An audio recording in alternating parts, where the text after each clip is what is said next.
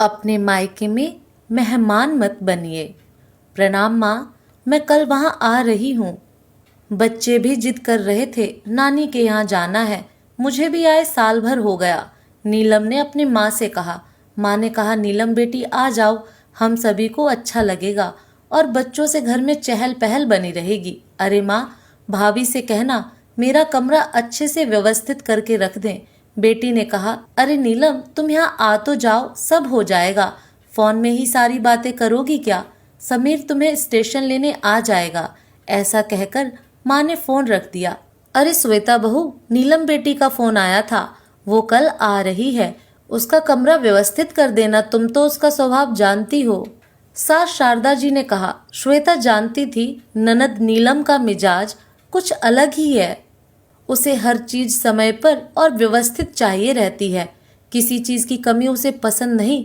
मायके में भी मेहमानों सा व्यवहार रहता है। अपने बच्चों की तो बहुत ज्यादा केयर करती है। नीलम बच्चों सहित आ गई। भाई समीर स्टेशन लेने चला गया था। नीलम घर पहुंची और माँ के गले लगकर उनके हालचाल पूछने लगी। श्वेता तुरंत पानी का गिलास लेकर आई और नीलम से उसका हालचाल पूछने लगी। तभी श्वेता की बेटी खुशी बुआ के पास आकर बैठ गई और पूछा, बुआ मेरे लिए क्या लेकर आई हो? नीलम ने अपना सूटकेस खोला और एक सुंदर सा ड्रेस खुशी के हाथों में दिया। खुशी ड्रेस पाकर बहुत खुश हो गई। बच्चे आपस में खेलते हुए मस्ती करने लगे। तभी नीलम ने कहा, श्वेता भाभी, हमारा कमरा व्यवस्थित है ना? पिछली बार आई थी तो कूलर काम नहीं कर रहा था।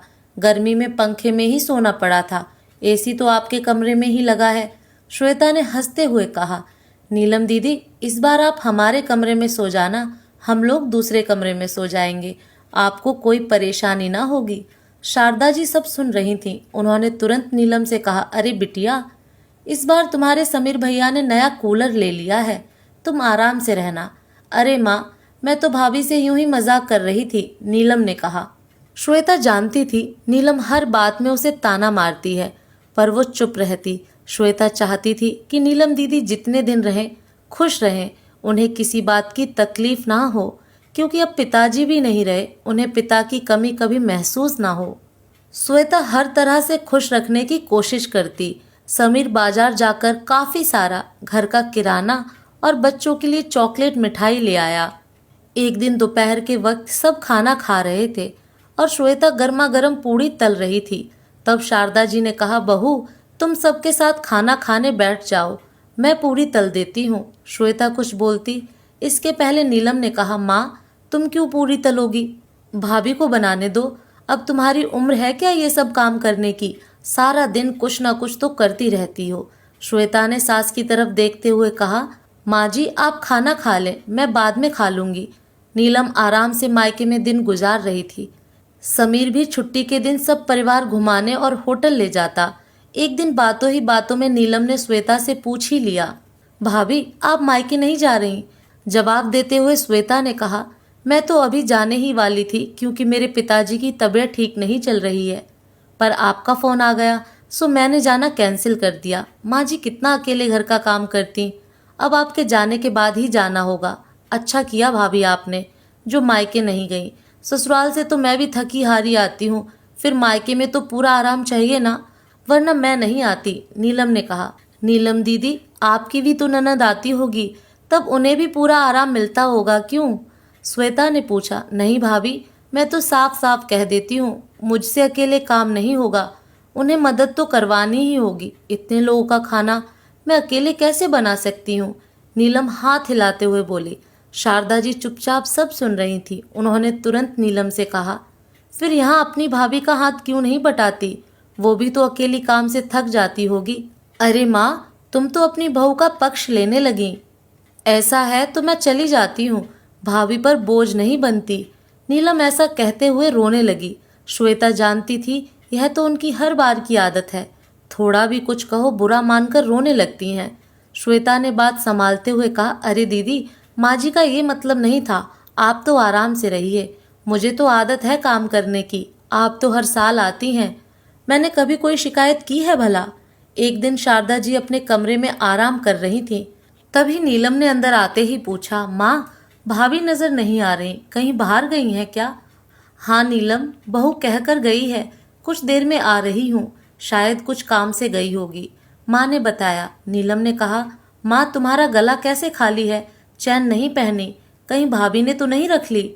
शारदा जी कुछ कहने ही जा रही थी कि इतने में श्वेता कमरे में दाखिल होते हुए कहा, लीजिए माँ जी आपकी चैन। शारदा जी ने नीलम से कहा, ये रही मेरी चैन, कुछ दिनों पहले टूट गई थी, सो बहू उसे ठीक करवा कर ले आई। नीलम आगे कुछ ना बोल पाई। एक दिन श्वेता की तबीयत बिगड़ गई, उसे तेज बुखार था। समीर तुरंत हॉस्पिटल ले गया। डॉक्टर ने देखते ही कहा, श्वेता को टाइफाइड हो गया है और अस्पताल में भर्ती करना पड़ेगा। समीर ने तुरंत माँ को फोन करके सारी बातें बता दी।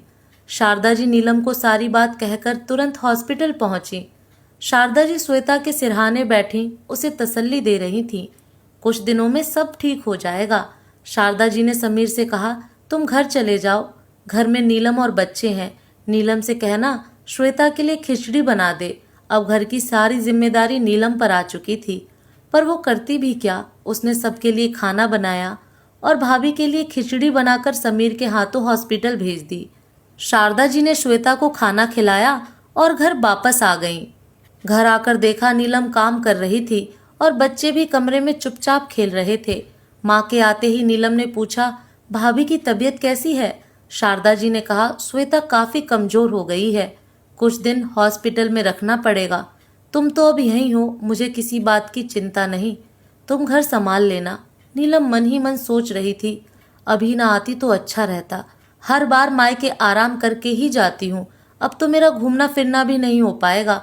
सोचा था अच्छी शॉपिंग कर लूंगी, मायके आकर शॉपिंग करने का मजा ही कुछ और होता है। पार्लर जाकर अपना मेकओवर करवा लूंगी, अब संभव नहीं लगता। नीलम ने कमरे में आते ही कहा, क्या भाभी, हमारे आते ही आप बीमार पड़ गईं, अब जल्दी से ठीक हो जाओ, मुझसे आपका घर नहीं संभाला जाता। अरे दीदी, ये तो आपका मायका है, आप अपना समझकर ही तो आती हैं, फिर ऐसा क्यों कह रही हो? श्वेता ने कहा। एक दिन श्वेता ने नीलम से कहा, मेरी अलमारी में कुछ बैग रखे हैं, उसे ले आओ। नीलम ने जैसे ही बैग खोलकर देखा, काफी महंगी साड़ियाँ और बच्चों के ढेर सारे कपड़े थे। अरे भाभी, ये क्या? नीलम ने आश्चर्यचकित होकर पूछा। हाँ दीदी, आपके आने से पहले मैंने और समीर ने जाकर सारी शॉपिंग कर ली थी, क्योंकि मुझे मेरे पिताजी की तबीयत देखने जाना था। माँ जी ने कहा था मैं मायके चली जाऊं, पर आप आ रही थी तो मैं कैसे जा सकती थी, पर कहीं अचानक जाना पड़ जाए तो आप सभी के लिए पहले ही ये कपड़े खरीद लाए थे। नीलम अपने आप को शर्मिंदा महसूस कर रही थी। नीलम श्वेता के गले लग के रोने लगी। भाभी, मैंने आपको हमेशा गलत समझा और भला बुरा भी कहती रही, पर कभी आपने सामने जवाब नहीं दिया, मुझे माफ कर दें। अरे अरे दीदी, ऐसा मत कहिए, आप तो बेटी हैं घर की, आपका तो हक है। अब तो मेरी तबीयत ठीक है, हम सब घूमने फिरने चलेंगे और खूब शॉपिंग करेंगे। शारदा जी सब देख सुन रही थी कि श्वेता कितनी समझदार और सुलझी बहू है। ननद को हमेशा बहन ही मानती रही। समीर ने कभी उसे पिताजी की कमी महसूस ना होने दी, उसकी हर चीज का बखूबी ध्यान देता रहा, पर नीलम ने भाभी को कभी वो महत्व नहीं दिया जिसकी वो हकदार थी। श्वेता जैसे ही काम करने किचन में जा रही थी कि नीलम ने हाथ पकड़ते हुए कहा, भाभी, जब तक आप पूरी तरह से ठीक नहीं हो जाती, मैं किचन संभाल लूंगी, मैं अभी काफी दिन रुकने वाली हूँ। श्वेता ने कहा, नीलम दीदी, आपकी जब इच्छा हो तब आ जाया करें, पर मायके को मायका ही समझे, ना कि मेहमान बनकर आए, तभी प्यार और अपनापन का रिश्ता बना रहेगा। मायके में माँ के बाद भाभी ही सब कुछ होती हैं, उनसे प्यार और अपनेपन का रिश्ता बनाकर रखें, ताकि मायके में कभी बोझ ना समझा जाए। तो दोस्तों, आपको ये कहानी कैसी लगी कमेंट करके ज़रूर बताएं। फिर मिलूंगी एक नई कहानी के साथ।